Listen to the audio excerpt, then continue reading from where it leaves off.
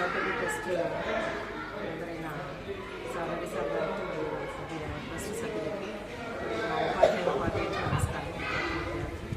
మీకు తెలిసే ఉంటుంది, ఇంతకుముందు మెటీరియల్ కూడా సార్ వాళ్ళు అనేక సంఖ్యలో అనేక గవర్నమెంట్ స్కూల్ అంతా సార్ ఇంతకుముందు కూడా మన గతంలో ఆర్ఫన్ పిల్లలకి ఫీజు కూడా ఫీజు కూడా చెల్లించారు. తర్వాత మెయిన్ గవర్నమెంట్ స్కూల్లో విద్యను అభ్యసిస్తున్న విద్యార్థులకు సార్ వాళ్ళు మెటీరియల్ కానీ 10th క్లాస్ స్టడీ మెటీరియల్, తర్వాత ఇప్పుడైతే మనకు 10th class repeat exam pad, geometry box అన్నీ ఏవైతే అవసరం వాళ్ళని కూడా సార్ అప్లై మన అడగడం జరిగింది ఫోన్లో. మీ స్ట్రెంత్ కూడా చెప్పాను కాబట్టి పిల్లలకి ఇట్లా ఇస్తున్నాం మేడం మేమంటే ఒకేసారి వచ్చారు. కాబట్టి ఏదైతే ఇస్తున్నారో ఏది ఇచ్చినా కూడా ఒక చిన్న వస్తువు ఇవ్వాలంటే కూడా మేము చాలా ఆలోచిస్తాం కదా. ఒక సింగిల్ రూపీ ఖర్చు పెట్టాలంటే కూడా చాలా ఆలోచిస్తాం. అలాంటి పరిస్థితుల్లో సార్ ముందుకు వచ్చి ఇలాంటి అనేక సంక్షేమ కార్యక్రమాలు ఇలాంటి సేవా దృక్పథంతో సారు మంచి కార్యక్రమాలు చేస్తున్నారు. కాబట్టి సార్ మరొకసారి మా పాఠశాల తరఫున చదువుతున్నారు. బాగుందా మెటీరియల్? ఆ మెటీరియల్ కూడా అది యావరేజ్ పిల్లలు బాగా ఉపయోగపడుతున్నారు తెలుసు కదా. ఇంకా ఏబీ వాళ్ళైతే అన్ని టెక్స్ట్ బుక్ అంతా వచ్చేసిందాం, పిల్లల మెటీరియల్ మీద ఆధారపడకూడదు. యావరేజ్ పిల్లలు చాలా బాగుంది కదా. కాబట్టి అవన్నీ తీసుకొని చాలా ఒకసారి ధన్యవాదాలు తెలియజేస్తాను. ఈరోజు heart to help charitable trust ఆధ్వర్యంలో ఆల్రెడీ మార్నింగ్ నుంచి గురుకుల బాయ్స్ గర్ల్స్తో పాటు ఒక మీ స్కూల్ రావడం జరిగింది. ఈ ఎగ్జామ్ కిట్ అనేది ఇస్తూ వస్తున్నాను. అయితే లాస్ట్ టైంలో కూడా మీకు ఈ యూటీఎఫ్ వాళ్ళు తయారు చేసిన మోడల్ పేపర్ ఇచ్చాము. అది ఎంతగానో ఉపయోగపడుతుంది. నేను లాస్ట్ 2 years నుంచి వేరే వేరే స్కూల్స్కి ఇచ్చేవాళ్ళం. సో ఈసారి నుంచి మీ స్కూల్ యాడ్ చేయడం జరిగింది. అదే స్ఫూర్తితో మన గతంలో కూడా బ్రహ్మానంద రెడ్డి గారని ఆయన డోనరు, ఆ బుక్స్ కూడా అప్పుడు ఆయనే హెల్ప్ చేశారు ఈ అన్ని స్కూల్స్కి. సో అదే స్ఫూర్తితో ఈసారి కూడా ఈ ఎగ్జామ్ కిట్ కూడా బ్రహ్మానంద రెడ్డి గారే ఈ ఆర్థిక సహాయాన్ని అందించారు. సో ఆయనకు ప్రత్యేక ధన్యవాదాలు. ఎందుకంటే రాబోయే రోజుల్లో కూడా 10th ఎగ్జామ్ ఫీ కానీ ఇట్లా మోడల్ పేపర్ ఏ విషయం అయినా సరే ఈ 3 గవర్నమెంట్ స్కూళ్ళకి ఆయనే దాతగా మనకి హెల్ప్ చేసుకుంటూ వస్తున్నారు. సో రాబోయే రోజుల్లో కూడా అదే స్ఫూర్తిని ఆయన అందిస్తూ మనకు మాట ఇవ్వడం జరిగింది. సో ఏది ఏమైనా సరే మనము ఈ సహాయం అనేది ఇది చిన్నది కావచ్చు, కానీ ఇలాంటి కార్యక్రమాలు అనేది స్ఫూర్తిదాయకమైన విషయంగా మనం గుర్తించాలి. ఓకేనా? మీకు టైం లేదు కాబట్టి ఈ కిట్ తీసుకొని మంచిగా అప్లై చేసుకోండి. మంచి మార్కులతో పాస్ అయితే సో అంతకంటే మేము ఆశించేది ఏం లేదు.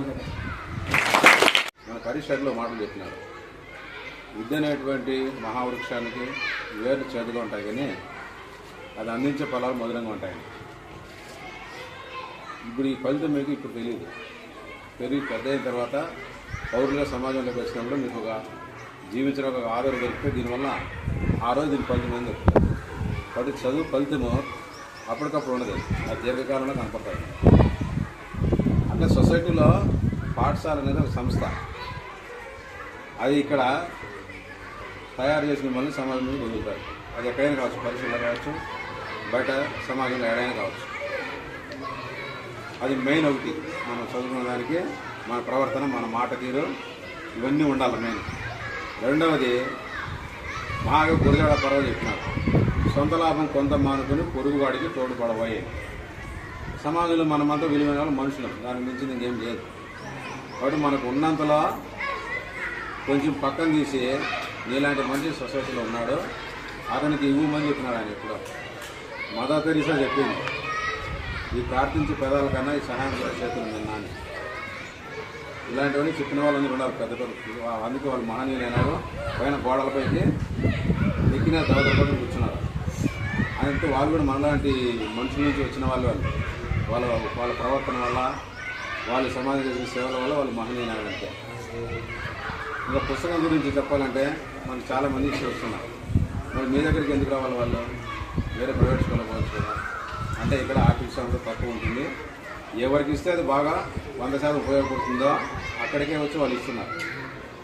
కాబట్టి మనము ఇవ్వమని అడగకూడదు, ఇచ్చిన వాళ్ళ పేరు చెప్పాలి.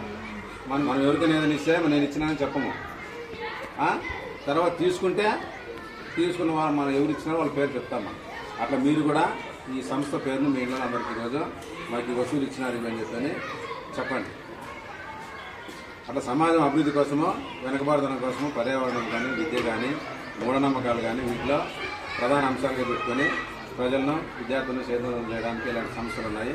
ఇలాంటి సంస్థలు ముఖ్యంగా పాఠశాలలో తీసుకోవడానికి చాలా అవసరం ఉంది. వాళ్ళకు మన పాఠశాలను గుర్తించి మన పాఠశాలకు వచ్చినందుకు వాళ్ళకందరికీ నేను ముఖ్యంగా ధన్యవాదాలు తెలుపుకుంటాను. ఒక వస్తువు మనకి ఏదైనా ఉచితంగా ఇచ్చినారు అంటే డబ్బులు కట్టుకోండి, దాన్ని ప్రసాదంతో ఎక్కువ చూసుకోవాలి. మీరు ప్రసాదం ఎట్లా కన్నం పెట్టుకుని తింటారు, దేవుని ప్రసాదం దానికంటే విలువైనది. మన మీద నమ్మకంతో వచ్చి మనకి ఇచ్చినారు, దీన్ని వాళ్ళు సద్వినియోగం చేసుకుంటారు. కాబట్టి ఇది మనతోనే దీన్ని నశించిపోకూడదు. ఈ తర్వాత మళ్ళీ మీరు ఇంకొకరికి మళ్ళీ ఇవ్వాలా, అది మీ ఇంట్లో వాళ్ళకి కావచ్చు, లేని వాళ్ళకి ఎవరికైనా కావచ్చు. అట్లా ఆ వస్తువు పోతా అది నశించుకోవాలంతే. ఒక వస్తువు ఖాళీగా ఉండి తుప్పుకుంటూ నశించడం కన్నా దాన్ని అరిగిపోతూ వాడుకుంటూ నశించడం మేలంట మోక్షం విశేషంగా చెప్పినాడు అన్నమాట. కాబట్టి ఈ సంబంధించినటువంటి వస్తువులైతే మీరు సద్వినియోగం చేసుకొని వాటి వల్ల ఫలితాలు పొంది అందరికీ మంచి పేరు వేస్తారని చెప్పి కోరుకుంటూ ఎగ్జామ్స్ కిట్ అందించడానికి వచ్చిన రవి శిష్యుడు ఇందులో రవి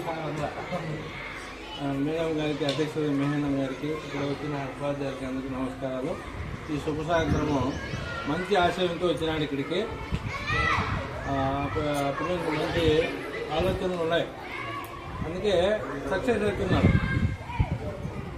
ఏదో దాతలు అందరికీ మనం పోయి అడిగితే వేళ, ఎందుకంటే ఆ పిల్లడు సద్వినియోగం చేస్తాడని నమ్మకం వాళ్ళకు దాతలు. అందువల్ల ఆ దాత బ్రహ్మానందరెడ్డి ఈ అప్పగించినాడు పిల్లలకి ఇమ్మని. కాబట్టి మీరు వీటిని బాగా సద్వినియోగం చేసుకొని, నేను మంచి ఆశయంతో ఇచ్చినాడు, మీరు మీకు ఉపయోగపడాలని. ఇది ఒకటి చెప్పి చూడు, నేను గమనిస్తాను పరీక్షల్లో పెన్సిల్ స్కేల్ ఇసిరేసుకునేది అటువంటి గాలిలో, అది ఇది ఇప్పుడు అవకాశం అది అవసరమే లేదు, అందరికీ ఇస్తున్నారు.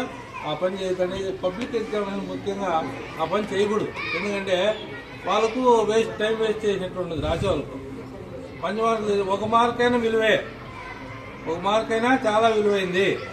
కాంపిటీషన్లో 1 మార్క్ కూడా విలువైంది. అటువంటి పనులు డిస్ట్రిబ్యూట్ చేయొద్దండి వేరే వాళ్ళు. ఇక చివరిసారిగా ఇక మన రవికి ఇక్కడ దాతకు మంచి ఆరోగ్యము, ఇంకా మంచి కార్యక్రమాలు చేపట్టడానికి తగిన శక్తి, యుక్తి ఇవ్వాలని కోరుకుంటున్నా. ఇంకా భవిష్యత్తులో మంచి సేవా కార్యక్రమాలు నిర్వహించవలసిందిగా శిష్యుడిని కోరుకుంటున్నా.